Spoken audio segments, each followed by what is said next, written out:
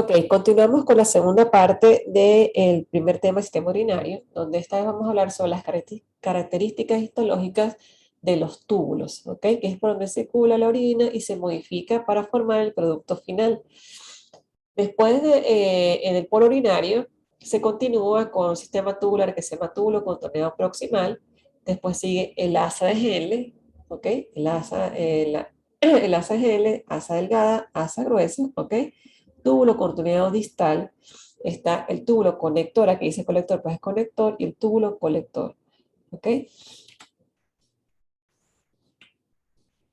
Desde el punto de vista histológico son muy parecidos, pero tienen sus diferencias, ¿ok? Desde el túbulo contorneado proximal, casi todas las estructuras están formadas por un epitelio simple cúbico, excepto el asa delgada de Henle. Pero las características, tanto algunas características histológicas y ultraestructurales son las que la diferencian. El túbulo proximal, ¿ok? También lo conocemos como túbulo contorneado proximal, es donde se inicia a partir del polo urinario, ¿ok? Sale del glomérulo, mide aproximadamente 14 milímetros de largo por 60 micrómetros de diámetro. Se divide en dos partes principalmente, en la porción contorneada como tal y tiene un túbulo recto proximal, que es este que está acá. Una de las características importantes del túbulo contorneado proximal es que está revestido por un epitelio simple cúbico, donde se refiere que su núcleo tiene tendencia a posición basal, pero la porción apical tiene abundantes microbiosidades que están bien desarrolladas y se les da el nombre de orla de cepillo, ¿ok? O ribete de cepillo, que es característico porque son bastante largas, parecen unos pelos muy largos y hay histólogos que lo refieren como que si la luz se viera como sucia, pero en realidad son unas microbicidades que son muy largas. Ahora, como les comenté, un epitelio simple cúbico, muy eosinófilo, donde hay microbicidades muy desarrolladas. En la porción apical hay imaginaciones de la membrana basal, ¿okay? Que forman unos canalículos, ¿okay? Como se observa aquí en esta imagen de microscopía electrónica de transmisión. Y a nivel vasolateral hay interdigitaciones. ¿Ok? Entonces, en esta microscopía electrónica de transmisión se observan las células que conforman el túbulo contorneado proximal, donde decíamos que además de las características que ya les mencioné, hay abundantes mitocondrias. Quiere decir que estos son epitelios muy activos. Esta es otra imagen de microscopía electrónica de transmisión, donde estas son las células del epitelio simple cúbico, ¿ok? Y estas son las microbiosidades, son bastante largas y desarrolladas. En esta zona podemos observar, esto es la corteza, ¿ok? Donde hay abundantes túbulos contorneados proximales y podemos observar que en la porción apical hay abundantes microbiosidades, que son bastante largas. En el túbulo proximal se describen tres segmentos. El segmento S1 es donde inicia la porción contorneada, donde se describe que las células son más altas, tienen grandes interdigitaciones y mitocondrias e interviene en la resorción de proteínas. El segmento 2 es la distal de la porción contorneada y donde se inicia la porción recta. Son células más bajas, tienen menos interdigitaciones y menos mitocondrias y son más pequeñas. En el segmento 3 es ese resto de porción recta, donde las células son cuboides, hay muy poca interdigitación y mitocondrias y las microbiosidades son más largas. ¿Ok? Vamos a hablar del asa de Henle, ¿ok? Tiene una porción que es delgada y otra porción que es gruesa, ¿ok? Donde una porción descendente, que es donde termina el túbulo contorneado proximal, desciende y está la porción ascendente, que es una parte es delgada y la otra es gruesa. Observamos aquí en esta imagen, esto sería el túbulo contorneado proximal con su porción contorneada, su porción recta. Tenemos el asa delgada descendente de Henle y asa delgada ascendente y la asa gruesa. El asa delgada de Henle, ¿ok? Se encuentra principalmente en la médula, está en la médula. Recuerden eso, el contorneado proximal está en la corteza. Está revestido la porción delgada por un epitelio simple, plano, con muy pocas microbiosidades, ¿ok? El asa de L él es muy permeable al agua, a la urea, al sodio, al cloro y a iones. En esta micrografía electrónica de transmisión podemos observar ese proceso de transición justo en ese corte donde termina el túbulo proximal, ¿ok? Donde observamos la microviosidad y comienza el asa delgada descendente de Henle. En estas cortes histológicos coloreados con HE, ustedes ya lo han visto cuando vimos la clase de epitelio, observamos múltiples túbulos, pero las que están revestidas por un epitelio simple plano es el asa delgada de Henle, aquí también. Pero también podemos encontrar otras con epitelio simple cúbico, pero que no son tan grandes como esta. Esta es la porción gruesa de asa de Henle. Entonces, este es asa delgada y el asa gruesa o la porción gruesa. Desde el punto de vista ultraestructural, el asa delgada, sus células epiteliales son de 4 tipos, ¿ok? Donde se describe que depende de las características o su localización. Por ejemplo, la tipo 1 se describe en las electronas más corticales y las células escamosas, que es sinónimo de las planas, tienen prolongaciones laterales, no tiene, perdón, prolongaciones laterales ni interdigitaciones. Si observamos en la siguiente imagen, ¿ok? Este es el esquema de las características de las células de la L tipo 1, ¿ok? Observamos que esa curvatura es corta, que llega como al límite córtico medular, y estas son las características, no tienen muchas prolongaciones, no tienen ni prolongaciones ni interdigitaciones. Sin embargo, las tipo 2 son células escamosas con múltiples prolongaciones largas que se irradian e interdigitan con las células contiguas a las vecinas, ¿ok? Y tienen abundantes nódulos ocluyentes. Entonces, si observamos aquí, las células tipo 2, estas serían las características. Las células tipo 3 son células escamosas con menos prolongaciones e interdigitaciones. ¿Qué quiere decir? La 1 no las tiene. La 2 las tiene bastante desarrolladas, pero la 3 las tiene menos comparadas con el tipo 2. Entonces serían estas que se observan ya en la porción justo donde va a ser la curvatura para ascender, ¿ok? Serían estas las características. Y las tipo 4, ¿ok? Son células escamosas que tienen muchas prolongaciones largas que se interdigitan con las células vecinas, ¿ok? Como las células tipo 2 no tienen plegamientos en la porción basal. Y serían las que están aquí, que formarían más que todo el asa ascendente de delgada de Henle, ojo, de esas asas de Henle que tienen curvaturas largas. Les recomiendo que hagan un resumen de estas características y que se lo hagan un cuadrito más detallado sobre el tema. Ahora, el túbulo distal o túbulo contorneado distal es más corto y es ese túbulo que va de la médula hacia la corteza. Y recuerden que es la que forma la mácula densa, o sea, cuando está en contacto directo con las células yuxtaglomerulares, ¿ok?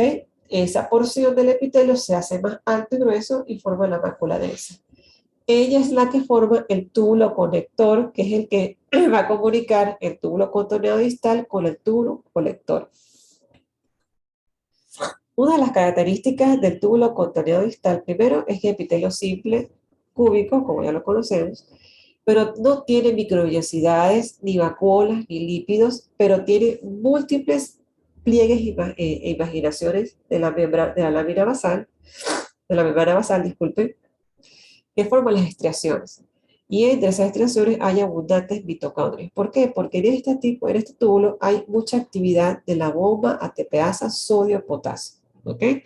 Entonces, en esta micrografía electrónica de transmisión observamos la lámina basal y estas son las imaginaciones, las estriaciones de la membrana basal y las mitocondrias. Aquí de nuevo, son imágenes, ¿ok? Del túbulo contorneado distal con microscopía electrónica de transmisión, donde se observan abundantes mitocondrias largas, las estriaciones basales, ¿ok? Y vemos que en la luz no hay microbiosidades. Aquí también se observan igual las estriaciones, no hay microbiosidades, un epitelio simple cúbico.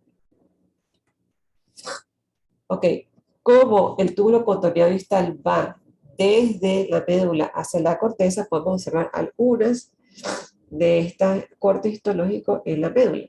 Esto es epitelio simple cúbico, simple plano, disculpe, esta es la salgada L y todas estas tienen epitelio simple cúbico, que son un poco más grandes que el segmento grueso del asa de L, son túbulos contorneados distales.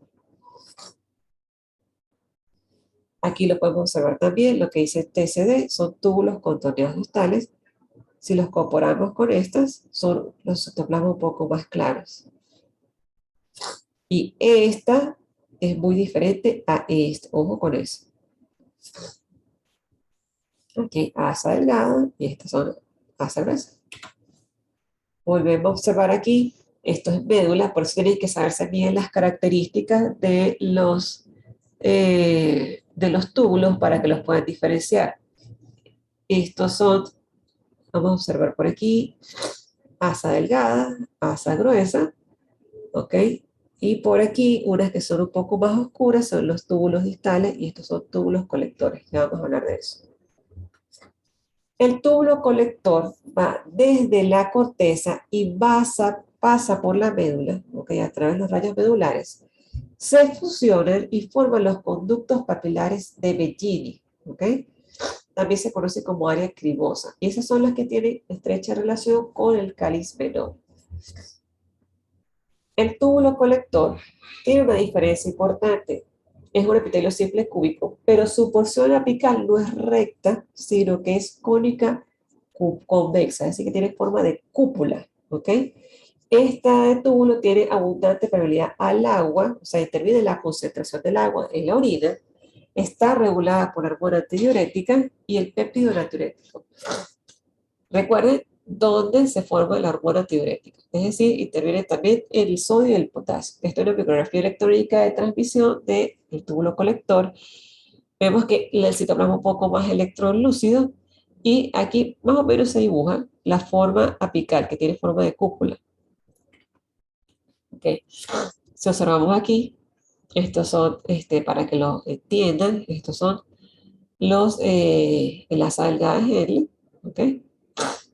Y aquí es un túbulo colector, ya lo vamos a ver mejor. Se ve mejor con micropía óptica. Podemos observar estas estructuras grandes, ¿ok? Con un citoplasma claro, donde la porción apical, ¿ok? Tiene forma de cúpula. Estos son los túbulos colectores. Observamos aquí, comparamos, miren, el asa gruesa de Henle, el asa delgada de Henle, y miren, observen esta estructura grande con su porción apical, forma de cúpula, ¿ok? Cóncava convexa, este es el túbulo colector. Podemos observar aquí, asa delgada, ¿ok? Y miren, túbulo colector, túbulo colector, túbulo colector. Esto es de manera general, para que ustedes observen cuáles son las características de cuando interviene la hormona antidiurética. Como aquí dice, cuando hablamos de antidiurética, hablamos de disminución de la orina, ¿ok? Entonces, cuando hablamos de diuresis, es por la orina, la cantidad de orina. En el lado izquierdo es donde se observa la diuresis, hay orina, ¿ok? Donde no interviene la hormona antidiurética, ¿ok? Y esta porción del túbulo colector, túbulo contorneado proximal, distal, ¿ok?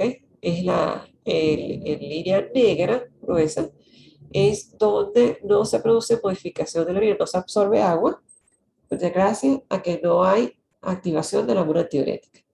Ahora, cuando hay hormona antidiurética, ¿ok? A nivel del túbulo colector se produce la absorción de orina, ¿ok? ¿Qué pasa hacia dónde? Hacia el intersticio. Y por lo tanto hace que la orina sea menor cantidad y más concentrada. Este esquema me parece muy práctico para que ustedes lo entiendan y lo lean, donde te explica un poco cuáles son los cambios que sufre la orina cuando pasa a través del sistema tubular, ¿ok? Entonces aquí habla, por lo menos, a nivel de glomérulos, hay cambios en la insulina, creatinina, sucrosa, mannitol, se reabsorben iones sobre todo. ¿Qué sucede en el tubo proximal? Entonces habla de recepción pasiva, secreción pasiva, secreción activa, ¿ok? Pasamos al túbulo distal, secreción activa, secreción pasiva, sin cambios en la urea, ¿ok? Y del túbulo colector también, ¿qué sucede? Reabsorción de agua, ¿ok? Cloro, bicarbonato, o sea, para que lo lean un poco y lo entiendan. Este tema es largo y complejo, pero es porque tiene muchas características, ¿ok? Sobre todo el glomérulo renal tiene muchas características que tienen que aprendérselas todas, todas.